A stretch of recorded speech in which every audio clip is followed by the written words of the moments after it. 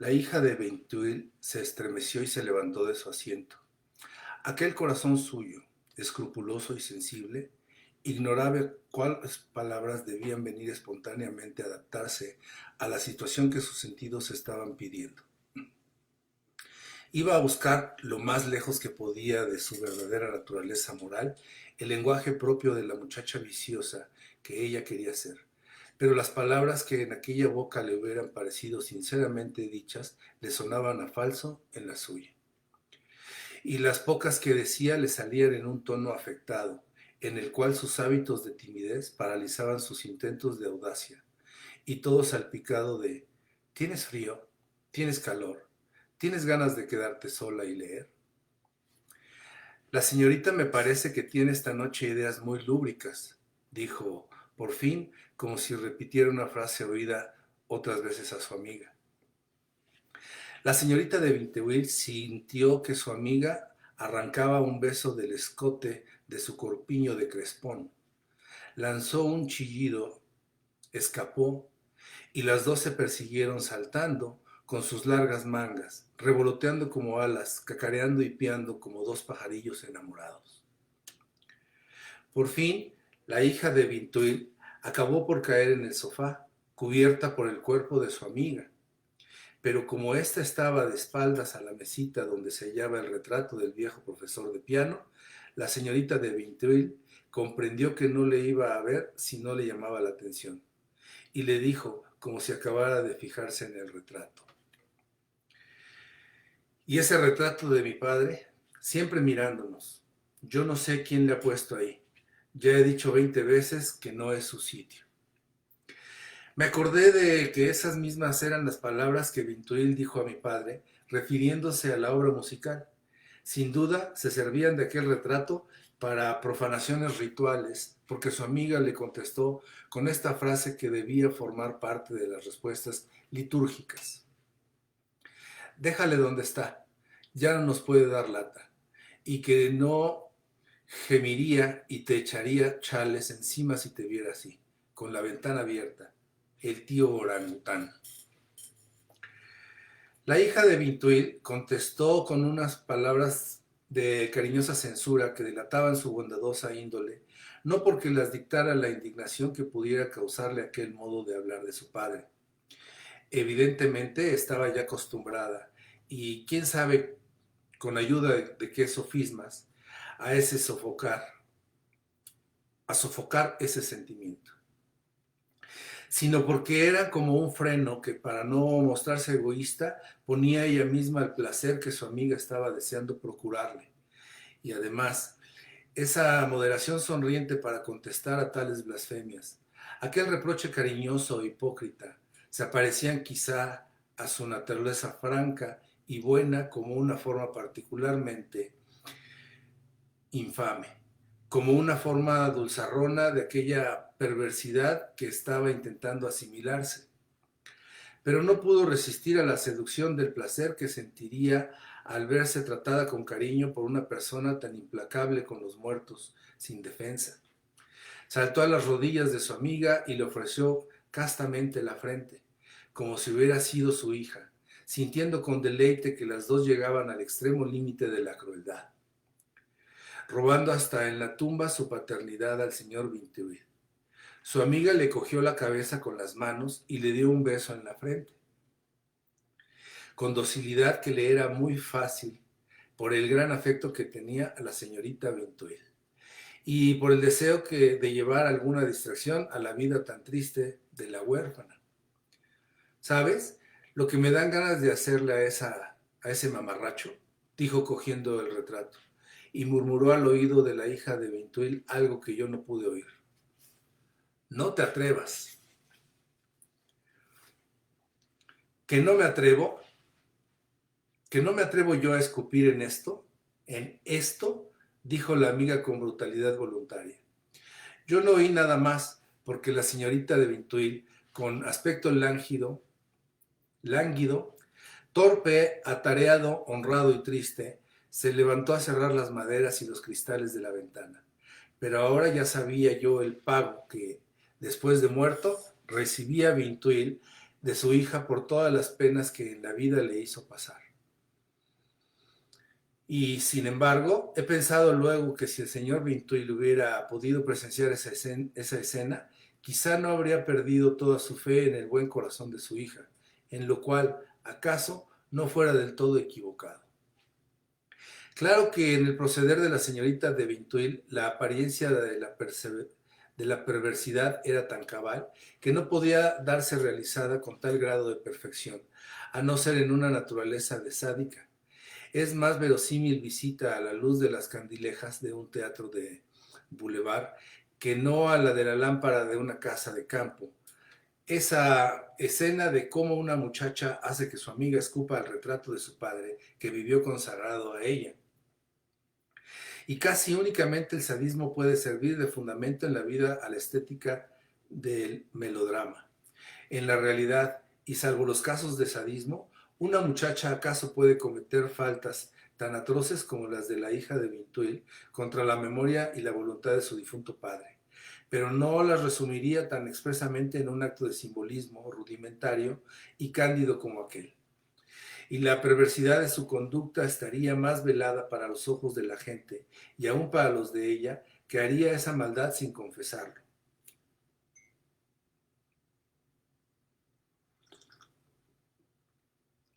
Pero poniéndonos más allá de las apariencias, la maldad, por lo menos al principio, no debió dominar exclusivamente el corazón de la señorita de Vintuil.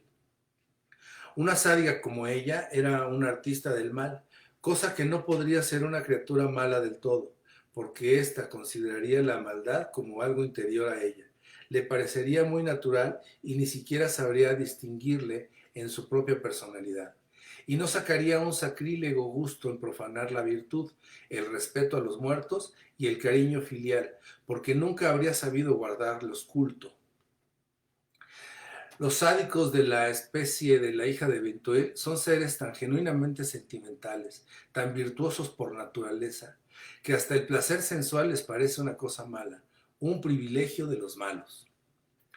Y cuando se permiten entregarse un momento a él, hacen como si quisieran entrar en el pellejo de los malos y meter también a su cómplice de modo que por un momento los posea la ilusión de que se evadieron de su alma tierna y escrupulosa hacia el mundo inhumano del placer.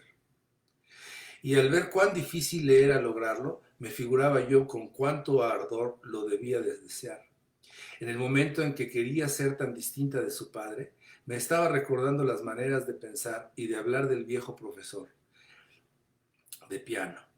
Lo que profanaba, lo que utilizaba para su placer y que se interponía entre ese placer y ella, impidiéndole saborearlo directamente, era más que el retrato, aquel parecido de cara, los ojos azules de la madre de él, que la transmitió como una joya de familia, y los ademanes de amabilidad que entremetían entre el vicio de la señorita de Vintuil y ella una fraseología y una mentalidad que no eran propias de ese vicio y que le impedían que le sintiera como una cosa muy distinta de los numerosos deberes de cortesía a que se consagraba de ordinario. Y no es que le pareciera agradable la perversidad que le daba la idea del placer, sino el placer lo que le parecía cosa mala. Y como siempre que a él se entregaba, acompañábale de esos malos pensamientos que el resto del tiempo no asomaban en su alma virtuosa. Acababa por ver en el placer una cosa diabólica, por identificarle con lo malo. ¿Acaso se daba cuenta la hija de Vintuil de que su amiga no era del todo mala, que no hablaba con sinceridad cuando profería aquellas blasfemias? Pero por lo menos tenía gusto en besar en su rostro sonrisas y miradas, acaso fingidas, pero análogas en su expresión viciosa y baja a las que hubieran sido propias de un ser no de bondad y de resignación, sino de crueldad y de placer. Quizá podía imaginarse por un momento que estaba jugando de verdad los juegos que, con una cómplice tan desnaturalizada, habría podido jugar una muchacha que realmente sintiera aquellos sentimientos bárbaros hacia su padre. Pero puede que no hubiera considerado la maldad como un estado tan raro, tan extraordinario, que también le arrastraba a uno y donde tan grato era emigrar, de haber sabido discernir en su amiga, como en todo el mundo, esa indiferencia a los sufrimientos que ocasionamos y que, llámese como se quiera, es la terrible y permanente forma de la crueldad.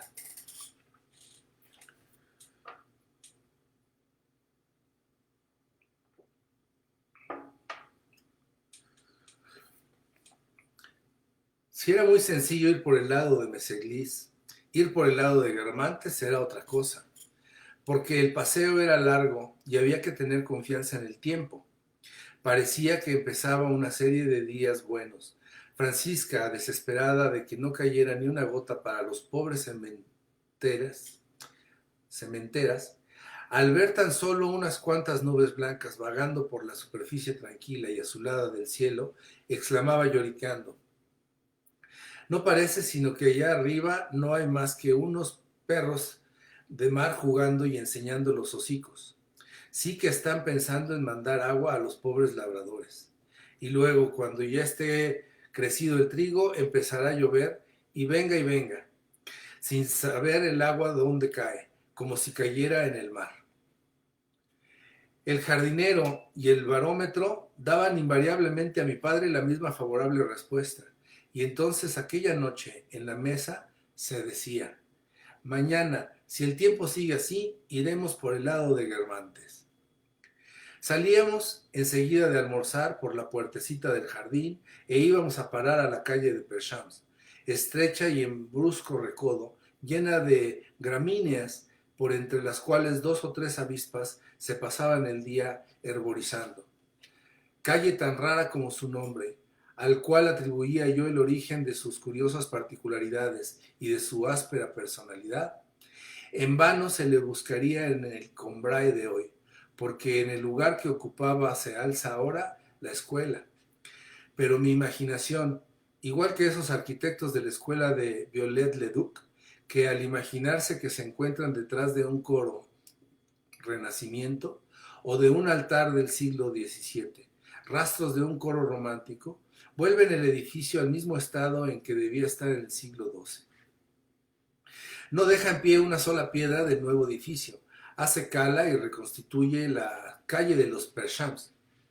Claro que dispone para estas reconstituciones de datos más precisos que los que suelen tener los restauradores, unas imágenes conservadas en la memoria, las últimas quizá que actualmente existen y que pronto dejarán de existir, de lo que era Combray, de mi infancia, y como fue Combray mismo el que las dibujó en mi imaginación antes de desaparecer. Tienen la emoción, en lo que cabe comparar, un pobre retrato a esas efigies gloriosas cuyas reproducciones le gustaba regalarme a mi abuela. De los grabados antiguos de la cena o de un cuadro de Gentil Bellini,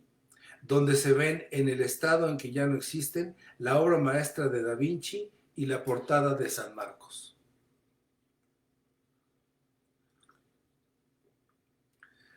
Pasábamos por la calle del Pájaro, delante de la hostería del Pájaro Herido, con su gran patio, en el que entraban algunas veces, allá en el siglo XVII, las carrozas de las duquesas de Montpensier,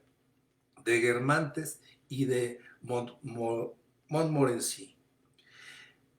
Cuando las señoras tenían que ir a Combray con motivo de alguna diferencia con un arrendador o de una cuestión de homenaje. Salíamos al paseo y por entre sus árboles se veía asomar el campanario de San Hilario. De buena gana me habría sentado allí para estarme toda la tarde leyendo y oyendo las campanas, porque estaba aquello tan hermoso, tan tranquilo, que el sonar de las horas no rompía la calma del día, sino que extraía su contenido.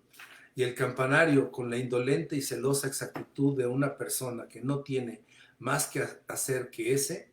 apretaba el momento justo en la plenitud del silencio para exprimir y dejar caer las gotas de oro que el calor había ido amontonando en su seno, lenta y naturalmente.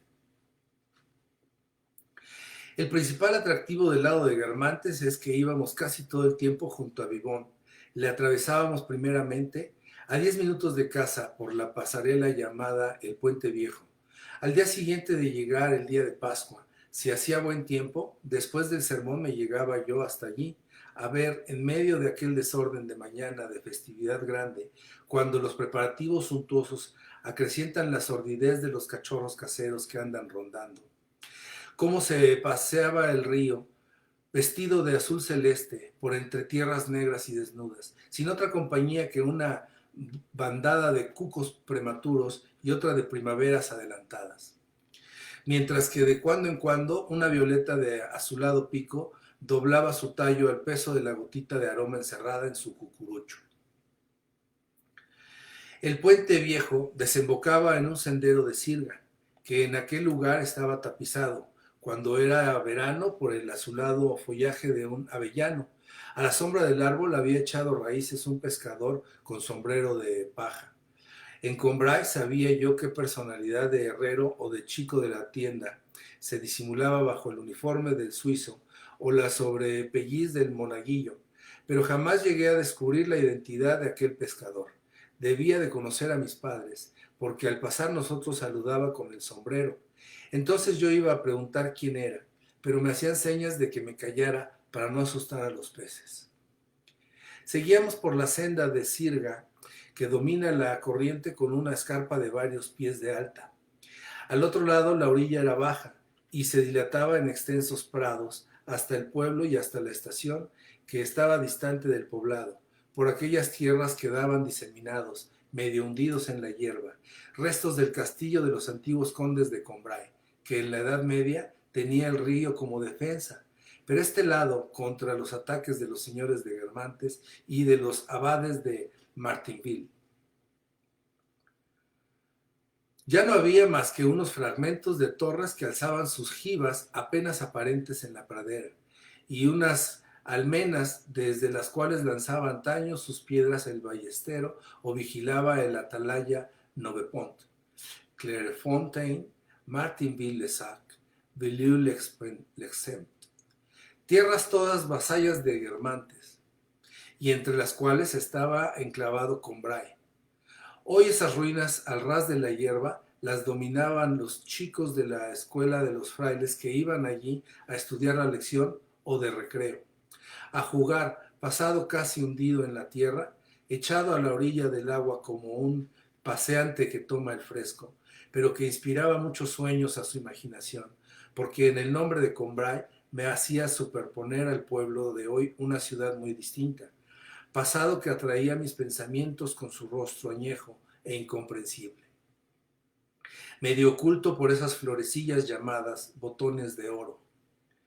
Había muchos en aquel sitio, escogido por ellos para jugar entre las hierbas, aislados los unos, en parejas o en grupos otros, amarillos como la yema de huevo, y tanto más brillantes porque como me parecía que no podía derivar hacia ningún intento de degustación el placer que me causaba el verlos, le iba acumulando en su dorada superficie hasta que llegaba a tal intensidad que producía una belleza inútil, y eso desde mi primera infancia, cuando desde la senda de sirga tendía yo los brazos hacia ellos sin poder pronunciar todavía bien su precioso nombre de príncipes de cuento de hadas francés,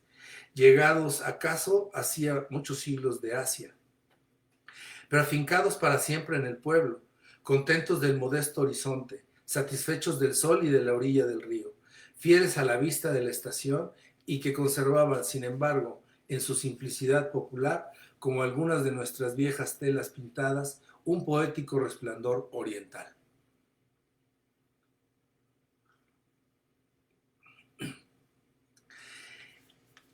Entreteníame en mirar las garrafas que ponían los chicos en el río para coger pececillos y que, llenas de agua del río que a su vez las envuelve a ellas, son al mismo tiempo continente de transparentes flancos, como agua endurecida y contenido, encerrado en un continente mayor de cristal, líquido y corriente, y me evocaban la imagen de la frescura de manera más deleitable e irritante que si estuvieran en una mesa puesta, porque me la mostraban fugitiva siempre en aquella perpetua aliteración entre el agua sin consistencia, donde las manos no podían cogerla, y el cristal sin fluidez, donde no podía gozarse el paladar yo me prometía ir más adelante a aquel sitio con cañas de pescar. Lograba que sacaran un poco del pan de la merienda y lanzaba al río unas bolitas que parecían como que bastaban para determinar en él un fenómeno de sobresaturación, porque el agua se solidificaba enseguida alrededor de las bolillas, en racimos ovídeos de hambrientos renacuajos, que sin duda tenían hasta entonces en disolución, invisibles y ya casi en vía de cristalizar.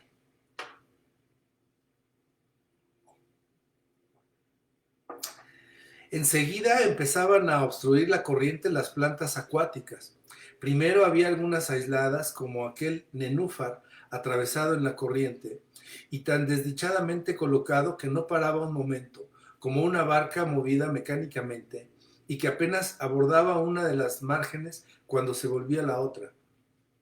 haciendo y rehaciendo eternamente la misma travesía. Su pedúnculo, empujado hacia la orilla, se desplegaba, se alargaba, se estiraba en el último límite de su tensión hasta la ribera, en que lo volvía a coger la corriente replegando el verde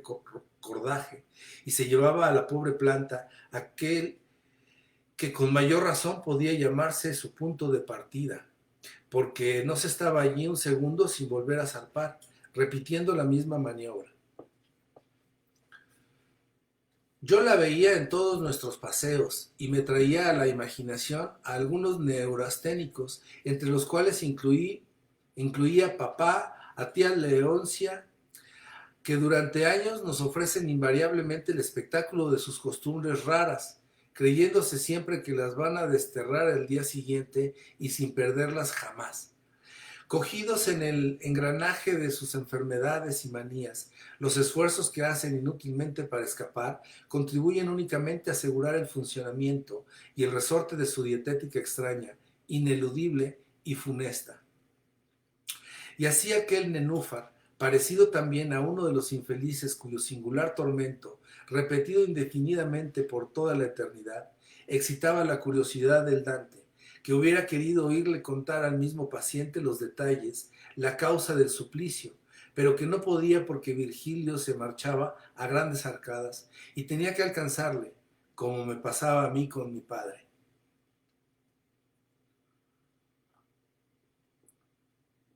Con mis padres. Más allá, el río modera su ancha y cruza una finca abierta al público, y cuyo amo se había divertido en tareas de horticultura acuática, criando en los reducidos estanques que allí forma el Vivón verdaderos jardines de ninfeas. Como por aquel sitio había en las orillas mucho arbolado, la sombra de los árboles daba al agua un fondo, por lo general, de verde sombrío, pero que algunas veces, al volver nosotros en una tarde tranquila, después de un tiempo tormentoso, veía yo de color azul claro y crudo, tirando a violeta, tono de interior de gusto japonés. Aquí y allá, en la superficie, enrojecía como una fresa una flor de ninfea, escarlata con los bordes blancos. Un poco más lejos comenzaban a abundar las flores, no ya tan lisas, más pálidas, granadas y rizosas, y dispuestas por el azar en lazos tan graciosos que parecía que iban flotando a la deriva, tras el melancólico desfallecer de una fiesta galante, desatadas guirnaldas de rosas de espuma.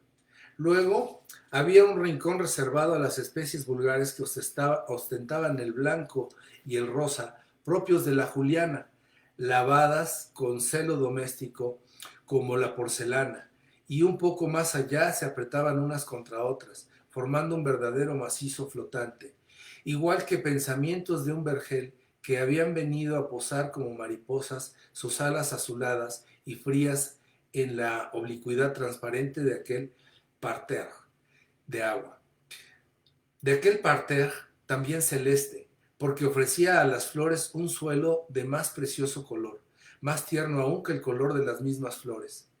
Y ya hiciera chispear en las primeras horas de la tarde, bajo las ninfeas, el caleidoscopio de una felicidad recogida, silenciosa y móvil, o ya se llenara hacia el anochecer de las rosas y los oros del poniente, como un puerto lejano cambiaba incesantemente para estar siempre concorde,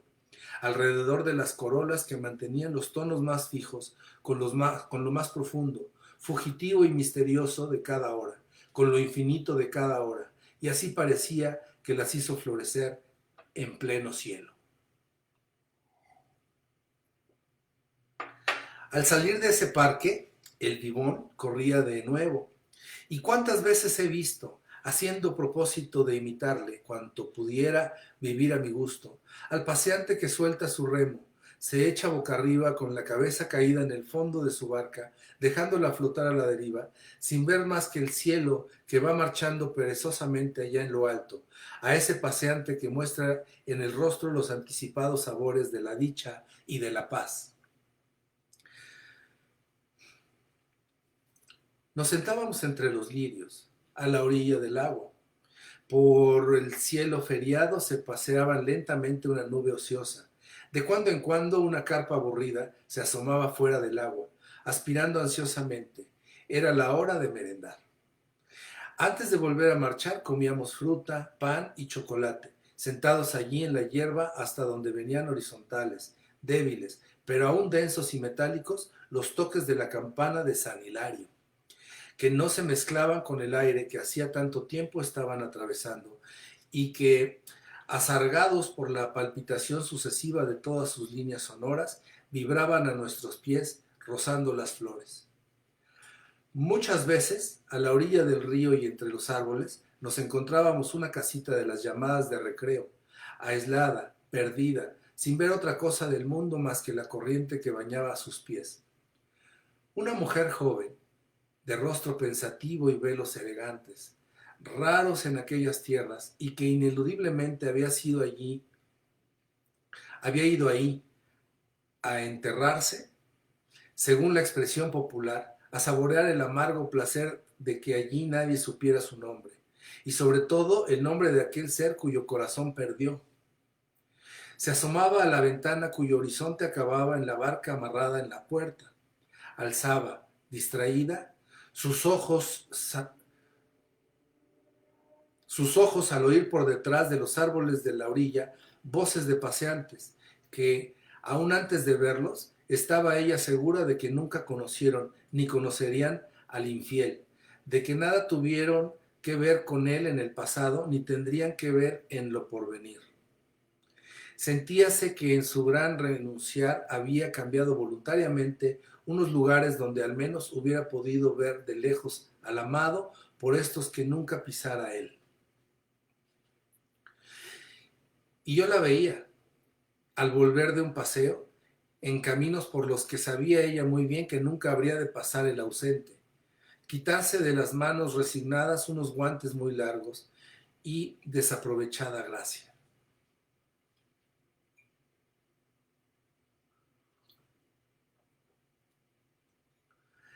En los paseos, por el lado de Guermantes, nunca llegamos hasta el nacimiento del Vivón, en el que yo pensaba muy a menudo y que tenía para mí una existencia tan ideal y abstracta que me llevé igual sorpresa cuando me dijeron que estaba en la provincia y a determinada distancia kilométrica de Combray. Que el día en que me enteré de que existía otro lugar concreto de la tierra donde estaba situada en la antigüedad la entrada de los infiernos. Nunca pudimos llegar tampoco hasta ese término que con tanto ardor deseaba yo, Guermantes. Sabía que allí vivían los dueños del castillo, el duque y la duquesa de Guermantes. Sabía que eran personas de verdad con existencia actual. Pero cuando pensaba en ellos me los representaba, ora en un tapiz, como la condesa de Guermantes de la coronación de Esther, de nuestra iglesia, ora con matices cambiantes, como Gilberto el Malo, en la vidriera, cuando pasaba del verde lechuga al azul ciruela, según le mirara mientras estaba tomando agua bendita o desde nuestras sillas. Ora impalpable del todo, como aquella imagen de Genoveva de Brabante, antepasada de la familia de Guermantes, que la linterna mágica paseaba por las cortinas de mi cuarto o subía hasta el techo. En fin, Envuelto siempre en un misterio de tiempos merovingios y bañándose como en una puesta de sol en la anaranjada luz que emana del final de su nombre, de esas dos sílabas, antes. Pero si a pesar de eso eran para mí como tal duque y duquesa seres reales, aunque extraños, en cambio, su persona ducal se distendía desmesuradamente, se inmaterializaba para abarcar a ese Guermantes de su título, a todo ese lado de Guermantes, tan soleado, al curso del río, a sus ninfeas y sus añosos árboles, a tantas tardes hermosas. Yo sabía que no solo llevaban el título de duque y duquesa de Guermantes, sino que desde el siglo XIV, después de haber intentado vencer a sus antiguos señores, se aliaron con ellos por enlaces matrimoniales y eran condes de Combray, por consiguiente, los primeros ciudadanos de Combray. Y, sin embargo, los únicos ciudadanos que no vivían en el pueblo, condes de Combray, que tenían a Combray en medio de su nombre y de su persona, que indudablemente participaban también de un modo efectivo de aquella tristeza piadosa y extraña, característica de Combray, propietarios de la ciudad, pero no de una casa particular, y que debían de vivir afuera, en la calle, entre cielo y tierra, como aquel Gilberto de Guermantes, que yo veía por su revés de laca negra, cuando al ir por sal a casa de Camus, alzaba los ojos hacia las vidrieras del ábside.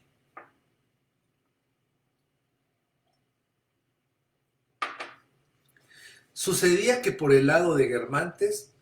pasábamos a veces por delante de pequeños cercados, húmedos, en donde asomaban racimos de sombrías flores. Me paraba como si estuviera apoderándome de una noción preciosa, porque no se me figuraba tener delante un trozo de aquella región fluviátil, que con tanto ardor quise conocer desde que la viera descrita por uno de mis autores favoritos. Y con esa región, con su suelo cruzado por riachuelos espumeantes, identifiqué a Guermantes, que así cambió de aspecto en mi imaginación al oír cómo nos hablaba el doctor Percepiat de las flores y del agua que corrían por el parque del castillo. Soñaba que la señora de Guermantes me invitaba a ir por allí. Llevaba una repentina simpatía hacia mí. Todo el día estaba pescando truchas conmigo al lado. Al anochecer cogía de la mano, me pasaba por delante de los jardinillos de sus vasallos, iba mostrándome a lo largo de las cercas, las flores que allí apoyaban sus mazorcas violetas o rojas, y me decía cómo se llamaban.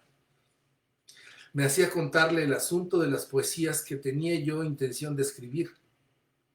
Y esos sueños me avisaban de que, puesto que yo quería ser escritor, ya era hora de ir pensando lo que iba a escribir. Pero en cuanto me hacía yo esa pregunta y trataba de encontrar un asunto en que cupiera una significación filosófica infinita, mi espíritu dejaba de funcionar. No veía más que un vacío delante de mi atención. Me daba cuenta de que yo no tenía cualidad genial, o acaso que una enfermedad cerebral la impedía desarrollarse. Muchas veces contaba con mi padre para arreglarlo. Tenía tanta influencia y estaba tan bien quisto con personajes de importancia que gracias a eso pudimos violar unas leyes que Francisca me había enseñado a considerar como más ineludibles que las de la vida y la muerte. Por ejemplo, logró retrasar todo un año las obras de revoco de nuestra casa, la única que escapó de todo el barrio, y alcanzó del ministro una autorización para que el hijo de la señora de Sacerat, que quería ir a los baños, sufriera el examen de bachiller 2 meses antes, en la serie de matriculados cuyo apellido empezaba con A, en lugar de esperar el turno de la S.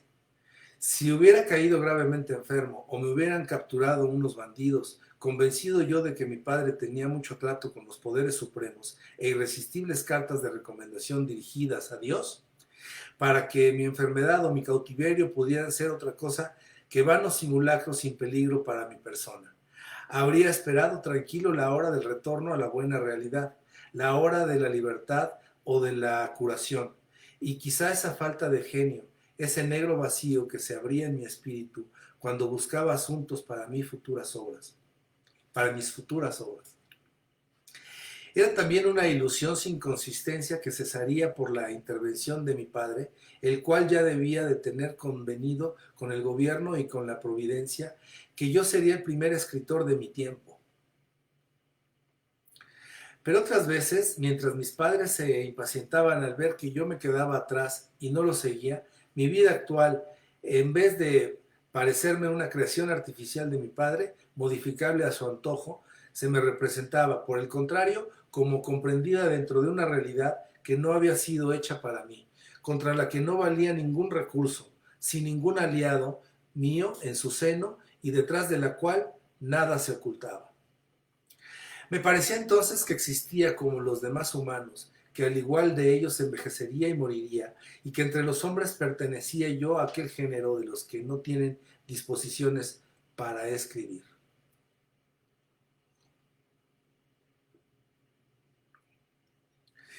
Y descorazonado renunciaba por siempre a la literatura,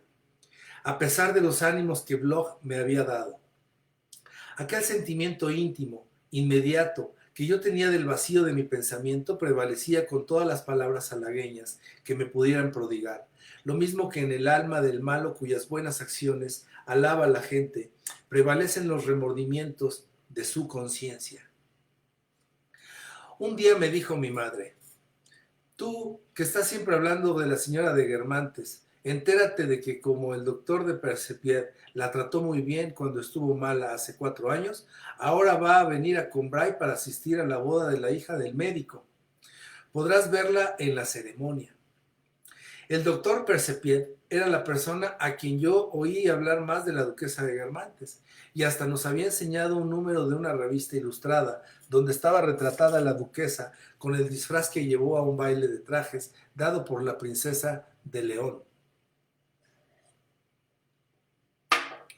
De pronto, durante la misa nupcial, un movimiento que hizo el pertiguero al cambiar de sitio me descubrió sentada en una capilla a una dama de nariz grande, ojos azules y penetrantes, con una chalina hueca de seda color malva y un granito a un lado de la nariz, como en la superficie de su rostro encarnado, cual si estuviera acalorada. Distinguí yo diluidas y apenas perceptibles parcelas de analogía con el retrato que me habían enseñado,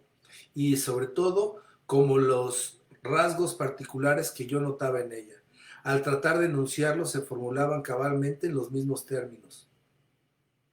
Nariz grande, ojos azules, que había empleado el doctor Percepied para describir a la duquesa de Guermantes.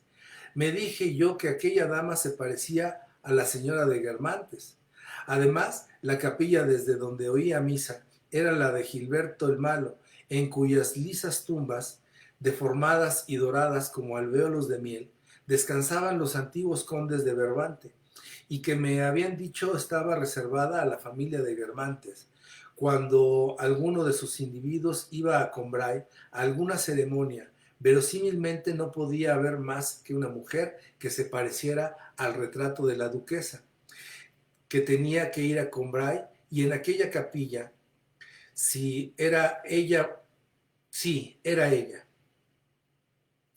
Muy grande fue mi desencanto.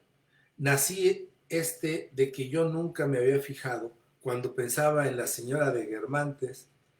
en que me la representaba con los colores de un tapiz o de una vidriera en otro siglo y de materia distinta al resto de los mortales. Nunca se me ocurrió que pudiera tener una cara encarnada y una chalina malva, como la señora de Sacerat. Y el óvalo de su rostro me recordó a tantas personas visitas de casa, que me rozó la sospecha, enseguida disipada, de que aquella dama, en su principio generador y en todas sus moléculas, quizá no era sustancialmente la duquesa de Guermantes, sino que su cuerpo, ignorante del nombre que le daban, pertenecía a cierto tipo femenino que abarca igualmente a mujeres de médico y de tendero. Y esa, nada más que esa, es la duquesa de Guermantes, decía la cara atenta, asombrada que ponía yo para contemplar aquella imagen.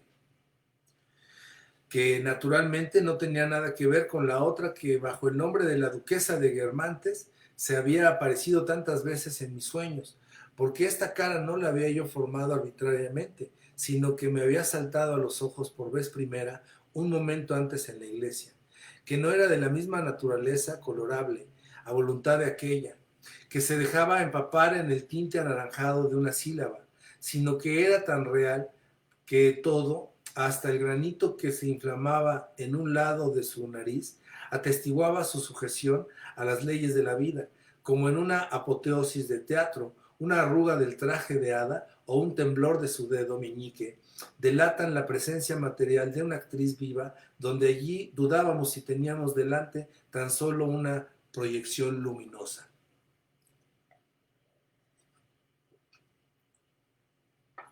Pero al mismo tiempo, aquella imagen clavada por su nariz saliente y su mirada penetrante en mis ojos, quizá porque mis ojos fueron los primeros que la descubrieron, los que antes la penetraron, antes de que se me pudiera ocurrir que la mujer que tenía delante pudiera ser la duquesa de Guermantes.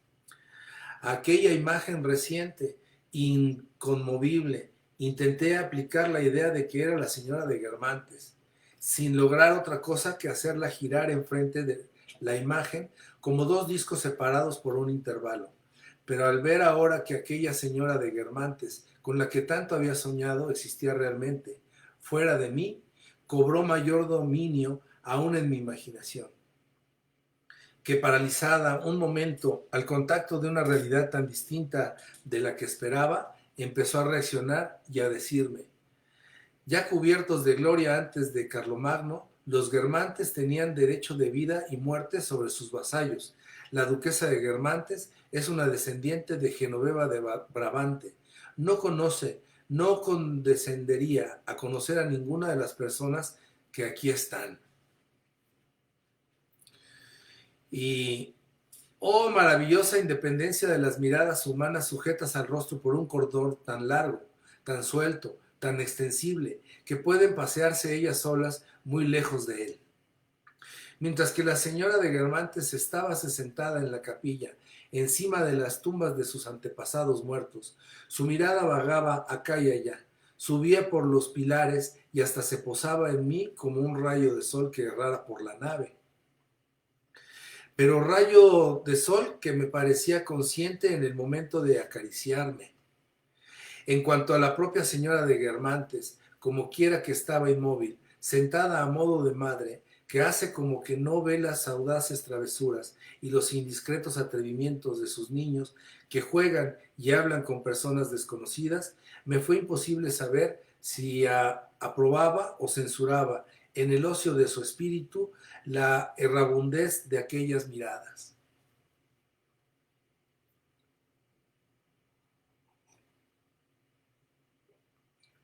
Tenía interés en que no se marchara antes de que yo la hubiera podido mirar bastante, porque me acordaba que desde años antes consideraba el ver la cosa muy codiciadera,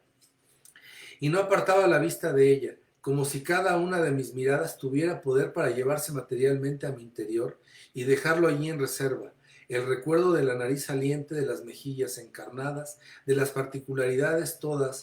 que se me representaban como otros tantos preciosos datos auténticos y singulares respecto a su rostro. Ahora que la embellecía con todos los pensamientos a ella relativos y sobre todo, acaso con el deseo que siempre tenemos de no sufrir un desencanto, forma del instinto de conservación de lo mejor de nuestro ser, y volvía a colocarla, puesto que ella y la duquesa de Guermantes, que yo hasta entonces había evocado, eran una misma persona. En lugar aparte de los demás mortales con los que la confundiera un momento al ver pura y simplemente su cuerpo. Me irritaba el oír a mi alrededor: es más guapa que la mujer de Sacerat, es más guapa que la hija de Vintuil, como si se las pudiera comparar. Y mis miradas se posaban en su pelo rubio, en sus ojos azules, en el arranque de su cuello, y omitía los rasgos que me hubieran podido recordarme otras fisonomías, hasta que yo acababa por exclamar ante aquel croquis voluntariamente incompleto: qué hermosa es, cuánta nobleza. Cómo se ve que tengo delante a una altiva Guermantes, a una descendiente de Genoveva de Brabante.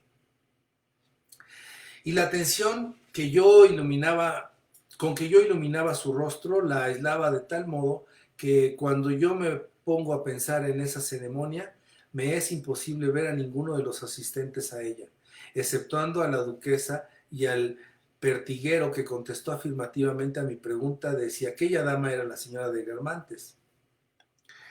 Y la veo, sobre todo en el momento del desfile por la sacristía, alumbrada por el sol intermitente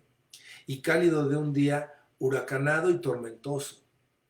Estaba la señora de Guermantes rodeada por toda aquella gente de Combray, de la que ni siquiera sabía los nombres, pero cuya inferioridad proclamaba demasiado alto la supremacía suya.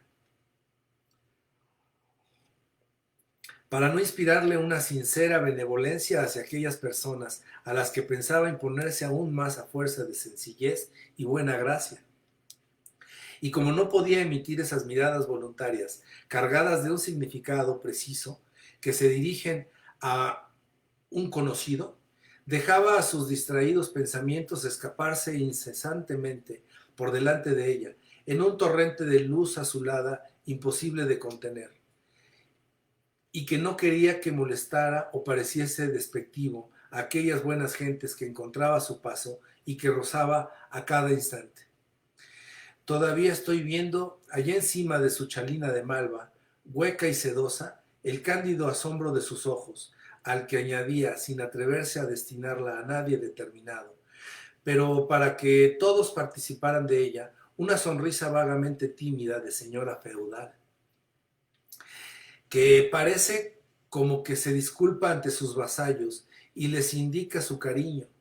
Aquella sonrisa se posó en mí, que estaba sin quitar ojo de la duquesa. Entonces, acordándome de la mirada que en mí puso durante la misa, azul como un rayo de sol que atravesara la vidriera de Gilberto el Malo, me dije, no cabe duda que se fija en mí. Creí que yo le gustaba, que seguiría pensando en mí después de salir de la iglesia, y que acaso, por causa mía, se sintiera melancólica aquella tarde en Guermantes. Y enseguida la quise, porque si algunas veces basta para que nos enamoremos de una mujer con que nos mire despectivamente, como a mí se me figuraba que me miró la hija de Swann, y con pensar que jamás será nuestra, también otras veces no requiere el enamorarse más que una mirada bondadosa, como la de la señora de Guermantes, y la idea de que acaso esa mujer sea nuestra algún día. Sus ojos azuleaban como una vinca pervinca imposible de coger, pero que, sin embargo, era para mí el sol amenazado por un nubarrón, pero aseteando aún con toda su fuerza la plaza y la sacristía. Daba una coloración de geranio a la alfombra roja puesta para la solemnidad, y por encima de la cual avanzaba sonriente la duquesa de Guermantes, y añadía a su lana un vello rosado, una epidermis de luz, esa especie de ternura, de seria dulzura en la pompa y en el gozo, característica de algunas páginas de Lohengrin y de ciertas pinturas de Carpaccio, y que explican por qué Baudelaire pudo aplicar al sonido de la corneta el epíteto del delicioso.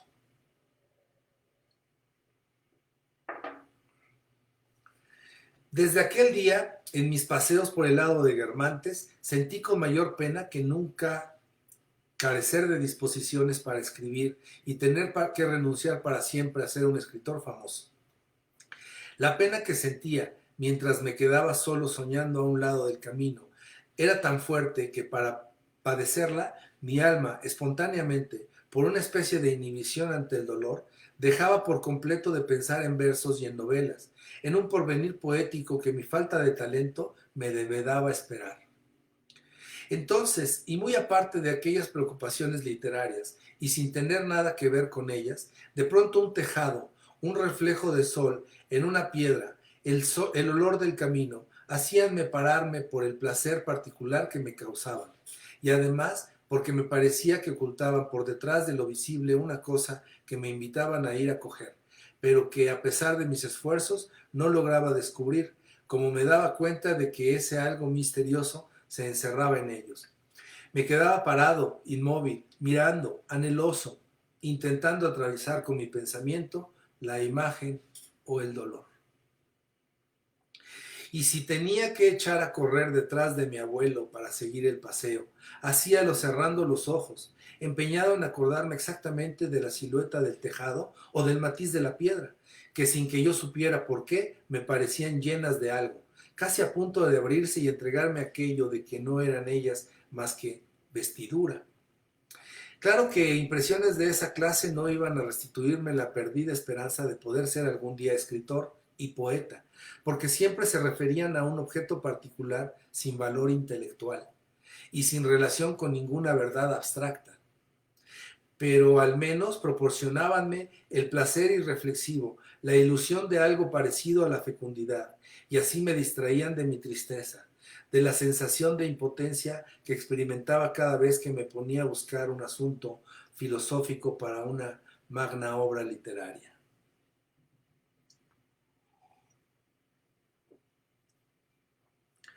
Pero el deber de conciencia que me imponían esas impresiones de forma, de perfume o de color, intentar discernir lo que tras de ellas se ocultaba, era tan arduo que enseguida me ponía excusas a mí mismo para poder sustraerme a esos esfuerzos y ahorrarme ese cansancio.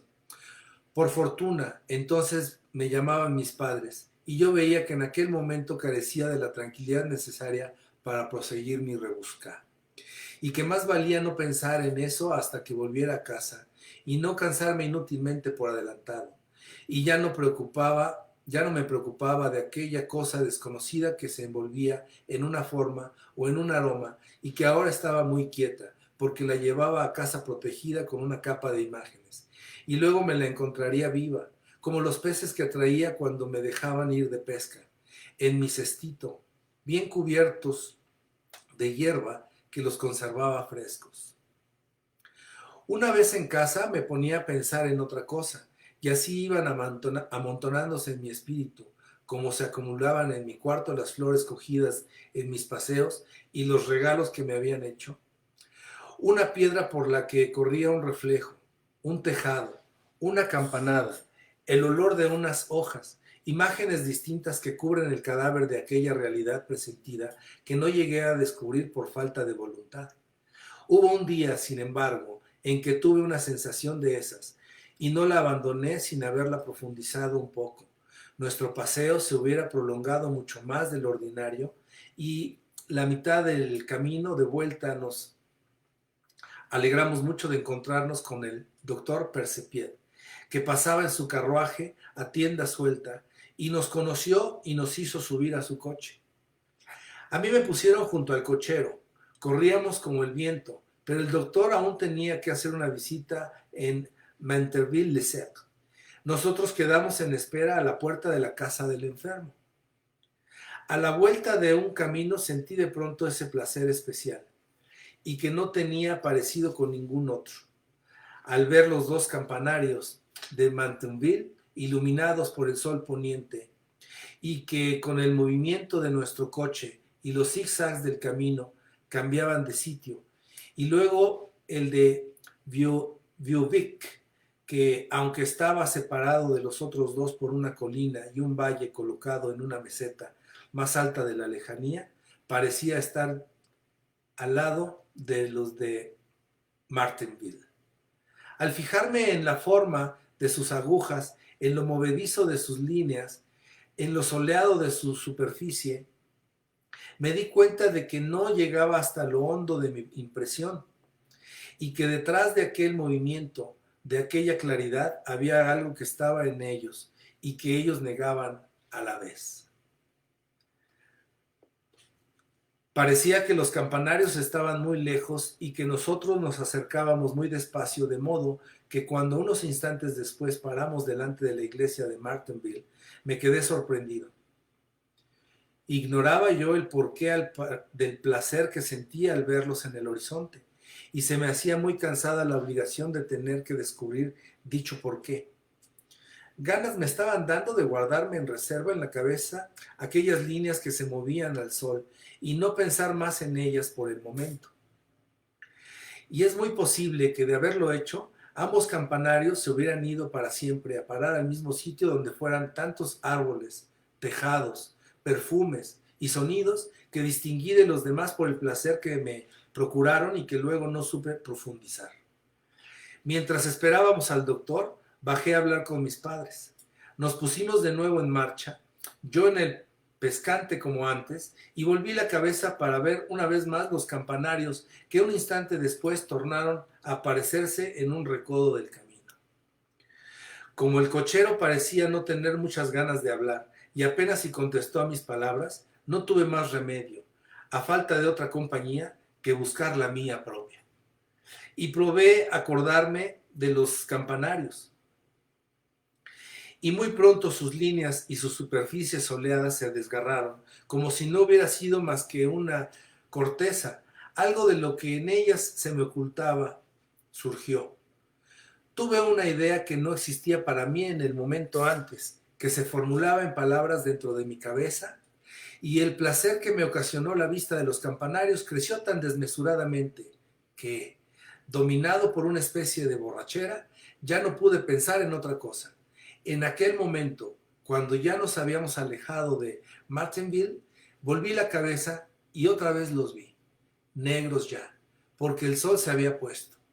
Los recodos del camino me los fueron ocultando, y por momentos, hasta que se mostraron por última vez y desaparecieron. Página 223.